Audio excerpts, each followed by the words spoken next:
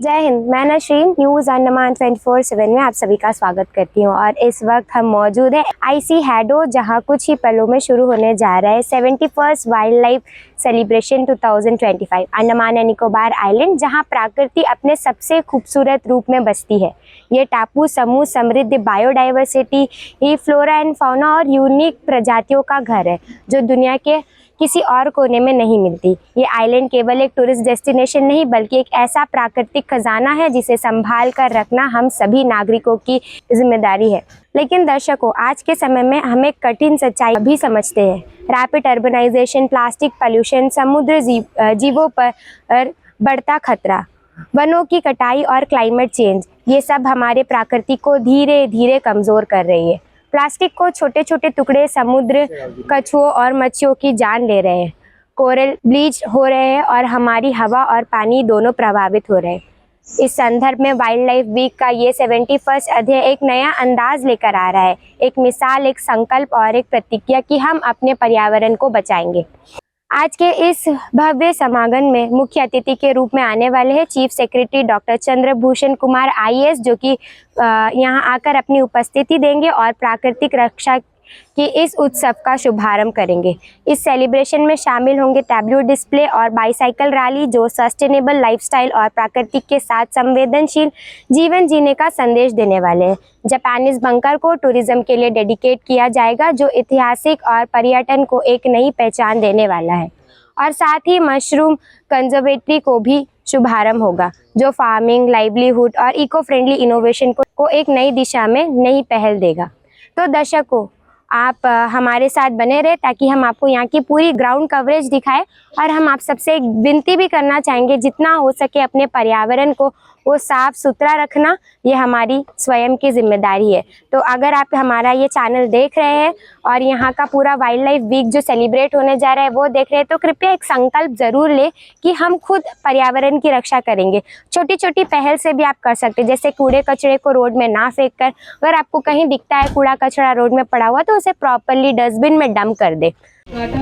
और cycle rally समारोह में मैं आशा आप सभी का हार्दिक स्वागत और अभिनंदन करती हूँ। प्रत्येक वर्ष 2 अक्टूबर से 8 अक्टूबर तक वन्य जीव सप्ताह मनाया जाता है। इसका उद्देश्य यह है कि हम सब वन्य जीवों की रक्षा और पर्यावरण के प्रति जागरूक रहें।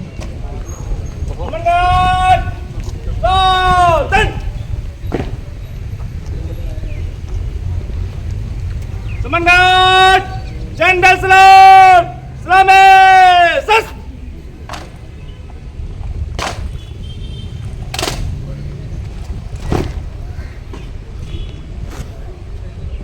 समन्वय बकार सस।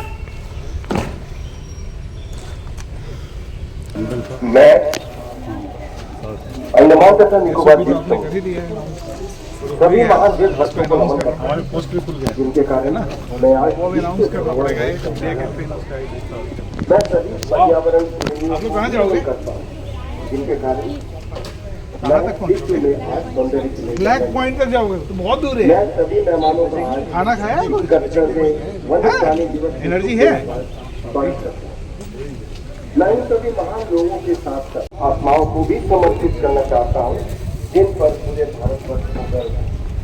मैं प्रधान मुख्य वन संरक्षक अंडमान तथा निकोबार द्वीप समूह आदरणीय संजय कुमार सिन्हा जी से निवेदन करती हूँ कि सर आप हमारे मुख्य अतिथि को मोमेंटो देकर सम्मान करें।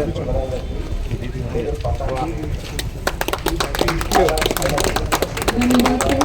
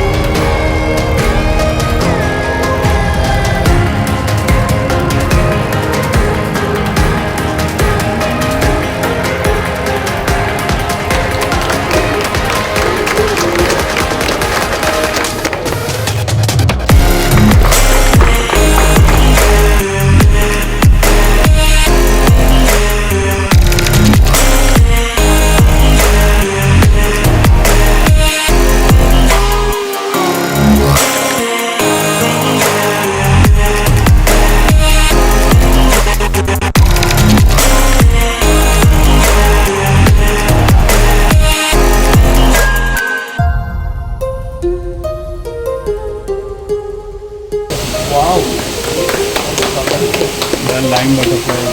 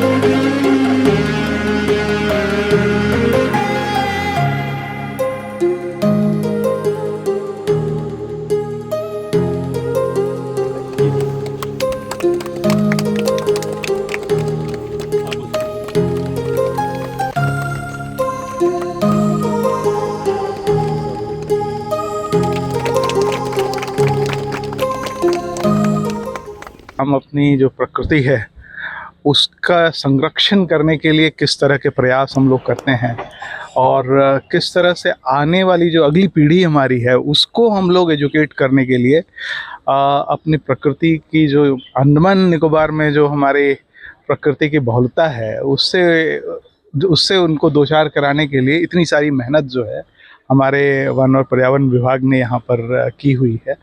और ये मुझे लगता है कि एक बहुत ही बढ़िया ऐसा अनुभव है जो यहाँ की जो हमारे जनता है, हमारे हर विद्यार्थी को, हर परिवार को वहाँ ज़रूर आकर इसमें शामिल होना चाहिए।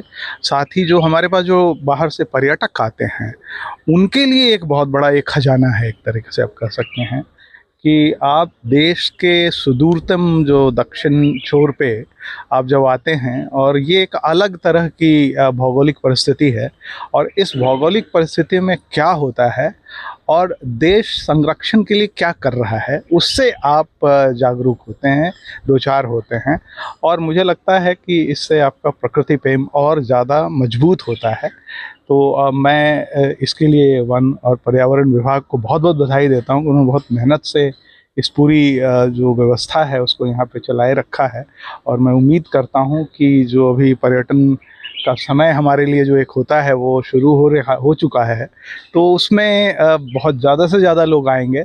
साथ ही जो स्कूल के बच्चे हमारे हैं, हमारी यही कोशिश होगी कि शिक्षा विभाग और वन पर्यावरण विभाग जो है मिल करके उनके लिए गाइडेड टूर के रूप में शो करें, सो दैट कि आने वाली पीढ़ी जो है वो पूरी तरह से प्रकृति के बारे में जानकार बने, सक्षम बने और हमारा भविष्य और बेहतर बन सके।